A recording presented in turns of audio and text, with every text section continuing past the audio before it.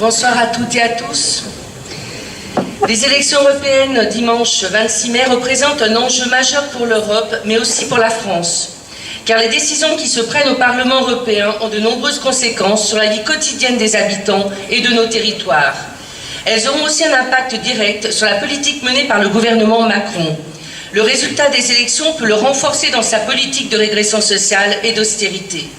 En France, en Allemagne, en Belgique, Irlande, Espagne, partout en Europe, la colère gronde pour exiger la justice fiscale, sociale, pour le climat et pour cause. Nous ne pouvons que constater la nature libérale de l'Union européenne, une Union européenne au service du capital, de la finance depuis plus de 30 ans. 3 000 milliards d'euros versés ces 10 dernières années par la Banque centrale européenne aux banques, aux marchés financiers, sans aucune contrepartie. Plus de 19% de dividendes distribués en Europe au deuxième trimestre 2018 par rapport à 2017. Quid de l'intérêt général face à une Union européenne complètement soumise aux lobbies en tout genre. Toujours plus de richesses pour les classes dominantes.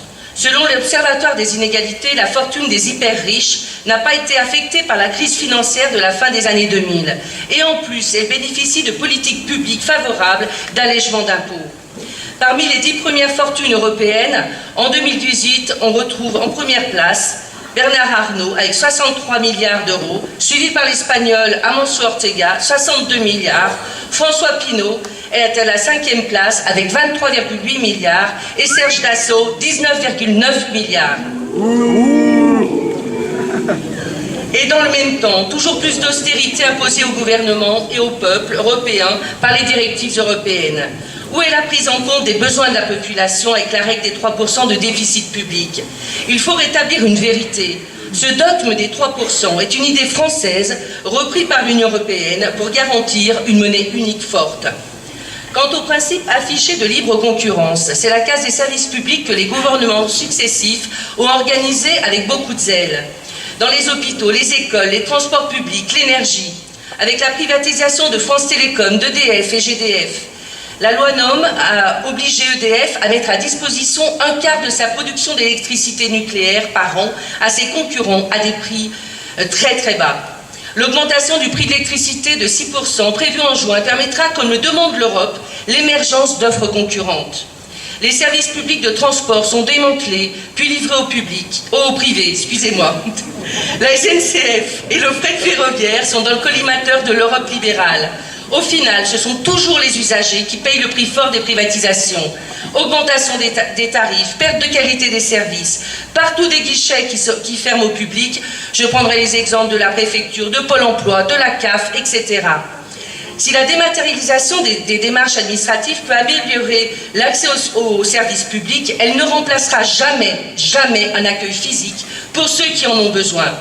Dans son rapport 2019, le défenseur des droits a alerté le gouvernement sur la fracture numérique qui laisse sur le chemin tous ceux qui n'ont pas accès à Internet ou qui ont des besoins spécifiques. Il a aussi rappelé les principes de continuité du service public, d'égalité de traitement et d'adaptabilité qui doit assurer un accès normal de l'usager. Européenne ou nationale, les politiques libérales ne poursuivent qu'un seul objectif, mettre les territoires en compétitivité et en concurrence, au détriment des besoins de la population. Les conséquences sont concrètes pour les peuples européens. Les conditions de vie des Européens ne cessent de se dégrader. Les inégalités territoriales se creusent et les injustices sociales s'aggravent. En 10 ans, c'est 10 millions de pauvres en plus.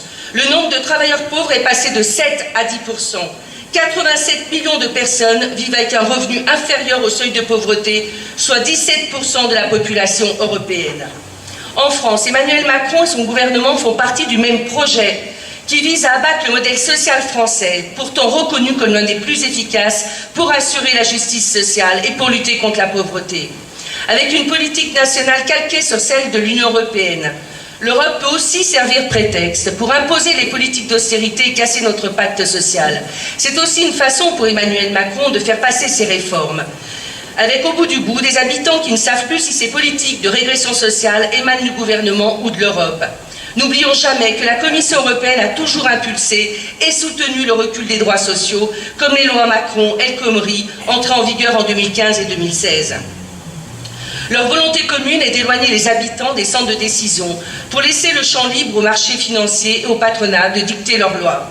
Cela commence avec les communes, premier maillon républicain de proximité, privés de leur autonomie et de leur libre arbitre pour nous contraindre et limiter nos choix politiques. Les contraintes budgétaires de plus en plus fortes mettent en péril nos missions de service public, pourtant essentielles aux habitants.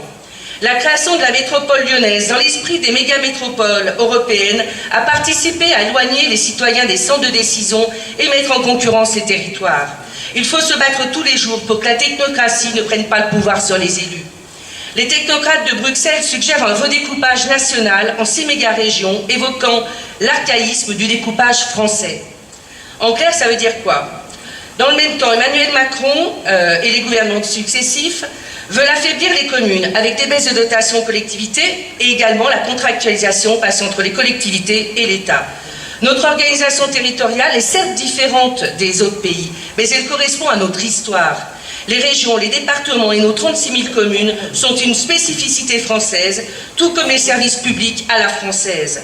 Quand l'Union européenne entend gommer les différences des États et imposer sa conception territoriale, nous défendons des territoires plus proches des gens qui répondent à leurs besoins. En tant que maire de la 3e ville du Rhône, une commune industrielle et populaire, je suis confrontée aux difficultés de vie de plus en plus prégnantes des habitants. Alors que l'accès au logement est toujours aussi difficile, les HLM, qui sont une spécificité française pour répondre aux besoins des familles modestes, sont dans le viseur de Macron et de l'Union européenne. Avec la loi Elan, le gouvernement s'attaque au logement social au nom des sacro-saintes économies budgétaires. La baisse annoncée de 30 à 40% de production de logements pour les prochaines années, avec un impact direct pour les habitants qui auront toujours plus de difficultés à se loger et verront l'entretien du patrimoine immobilier se tarir. Si je prends chaque année des arrêtés pour obliger l'État à reloger les Vénitiens avant toute expulsion, pour interdire les coupures d'énergie et les saisies immobilières, c'est pour tirer la sonnette d'alarme sur ces situations dramatiques que vivent nos concitoyens et tenter de trouver une brèche pour faire évoluer la jurisprudence. De nombreux habitants ne peuvent plus vivre dignement avec leur salaire ou leur retraite. De plus en plus de retraités n'ont plus les moyens financiers d'accéder aux EHPAD. L'accès à l'emploi, à la santé, aux services publics ne cesse de se dégrader. L'État continue de se désengager dans l'aménagement des territoires et des transports. Des enjeux sociaux, environnementaux et économiques majeurs où il est question de la santé, du cadre de vie et de l'environnement des habitants. Quid du projet du contournement ferroviaire de l'agglomération lyonnaise qui représente un véritable enjeu national. Nous avons toujours défendu un véritable contournement de l'agglomération pour réduire les nuisances des populations, avec sa partie sud réalisée en même temps que celle du nord. Nous proposons d'investir massivement pour le fret ferroviaire, 2 fois moins de marchandises sur nos routes et 2 fois plus de trains pour polluer moins, une véritable alternative autoroutière.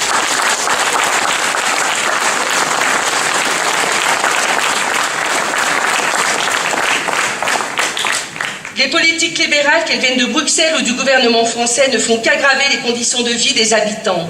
Le 26 mai, nous avons la possibilité d'ouvrir une brèche dans la construction libérale de l'Union européenne. Les communistes ont toujours combattu cette politique de caste sociale. Le PCF est le seul parti de gauche à avoir rejeté tous les traités européens depuis Maastricht.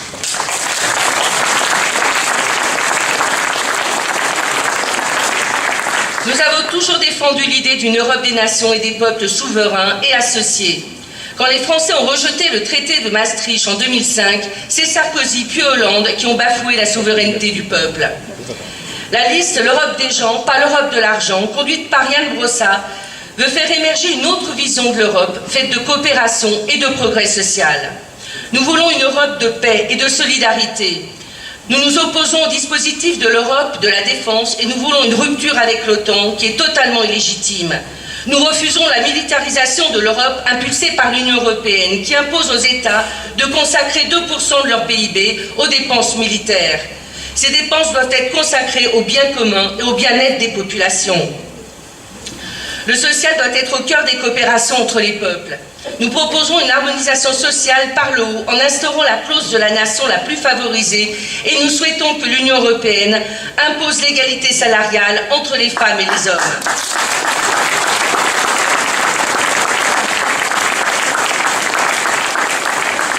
Nous défendons l'instauration d'un fonds européen pour le développement des services publics, du développement social et écologique financé par la BCE, comme elle l'a fait pour les banques. Les services publics doivent être retirés du droit européen à la concurrence, car c'est notre bien commun.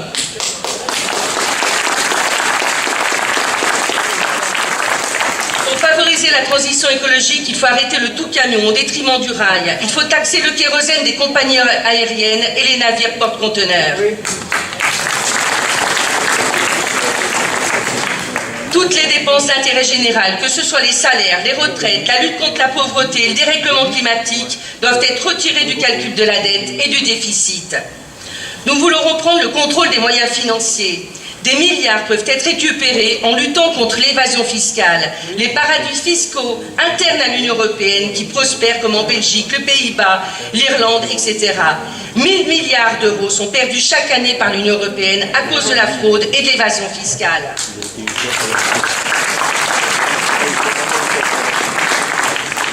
Les élus communistes qui siègent au Parlement sont des points d'appui importants pour les mobilisations populaires, comme ils l'ont fait pour le traité de Maastricht, ce qui a permis d'éclairer la population sur les véritables enjeux.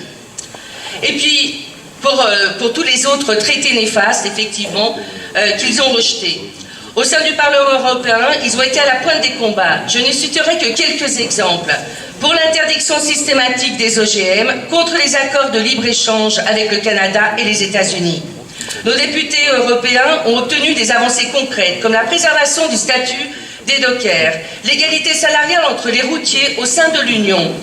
Leurs amendements sur le détachement des travailleurs sur les routes ont contribué au rejet des textes qui prônent toujours plus de dumping social dans le transport routier européen. Concernant le 4e paquet ferroviaire, qui prévoit la libéralisation totale du trafic passager d'ici décembre 2022, nos députés se sont largement mobilisés. À 24 voix près, ce projet aurait pu être rejeté. Et on le voit bien, tout est question de rapport de force. D'où l'importance d'avoir de nombreux députés communistes ou apparentés pour peser sur les choix de l'Europe libérale et travailler avec d'autres députés progressistes, comme nous l'avons fait pour le 4e paquet ferroviaire. Notre liste est représentative des Français, 50% d'ouvriers et d'employés, des jeunes, des militants dans des domaines très divers comme la culture, le sport, etc. Elle est représentative de toutes les colères qui s'expriment dans le pays, de tous ceux qui veulent changer de politique. Ces dernières semaines, nous avons obtenu de nombreux soutiens d'horizons très divers. Je n'en citerai que quelques-uns. Josiane Balasco, Cossa Gavras, Ernest Pinault-Ernest, Patrick Pelou, le philosophe Henri Pénaruiz, les sociologues Monique et Michel Pinson-Charlot, le maire de Barcelone, etc., etc. Vous pouvez consulter la liste. Ensemble, nous pouvons faire la démonstration que l'Europe peut être au service des gens, pas de l'argent. Le 26 mai, voter Jan Brosas et s'assurer d'être bien défendu au Parlement européen. Nous devons aussi nous mobiliser contre la droite et l'extrême droite, car ces partis n'ont jamais défendu le progrès social. Contrairement à la candidate de Macron, Madame Loiseau, qui dans sa jeunesse a confondu l'aigle avec la colombe, nous portons des valeurs humanistes et progressistes fortes.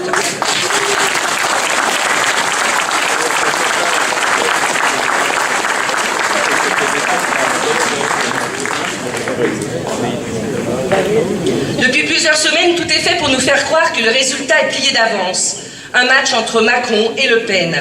Macron voudrait bien nous refaire le deuxième tour de l'élection présidentielle en se présentant comme le rempart de l'extrême droite. Or, il est responsable de la montée du FN comme tous ceux qui ont appliqué des politiques d'austérité. Le FN et les populismes se nourrissent des fractures inégalitaires. Mais en réalité, ce sont bien des partis de droite extrême qui appliquent des programmes ultra-réactionnaires quand ils sont au pouvoir. En Pologne, c'est une loi qui durcit l'accès déjà très limité à l'avortement. La guerre qui est déclarée aux SDF, aux immigrés. En Autriche, les alliés de Marine Le Pen ont fait voter une nouvelle législation qui porte à 12 heures par jour et à 60 heures par semaine la durée maximale légale du travail. En Italie, c'est Salvini qui a vendu le port de Gênes aux Chinois. De nombreux autres exemples en Hongrie, en République tchèque, en Bulgarie, en Croatie. C'est en mettant en place une autre politique utile aux gens et aux territoires que nous pourrons les contrer.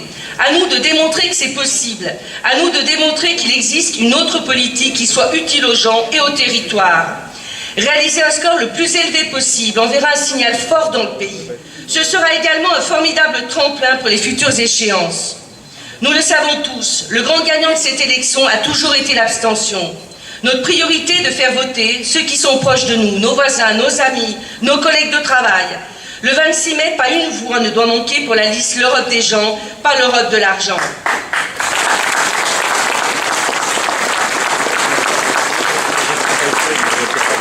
Durant cette campagne, nous avons rencontré beaucoup de personnes sur les marchés, dans les rencontres publiques. Personnellement, j'ai participé à de nombreux débats, en Savoie, dans l'Ain, dans le département. Les échanges ont toujours été très intéressants. Notre liste suscite l'intérêt dans les médias et auprès des gens. Maintenant, il faut passer de l'intérêt au vote. Nous pouvons rassembler toutes les colères avec le seul bulletin rouge. Et je le montre parce qu'il sera bien visible sur les tables. Le seul bulletin rouge pour mettre un carton rouge à l'Europe libérale et à la politique de Macron.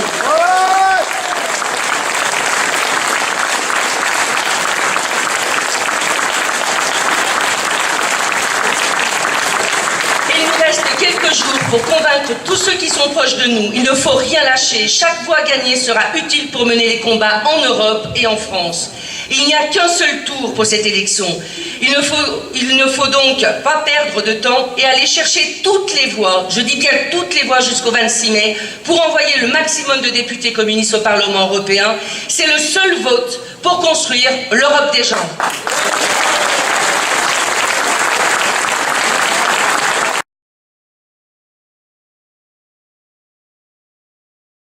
Aux armes, citoyens,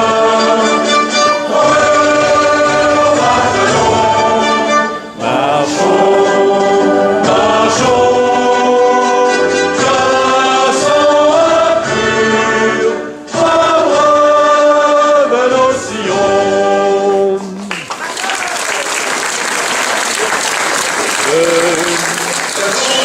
Les damnés de la terre, debout les forçats de la faim, la raison dans son cratère.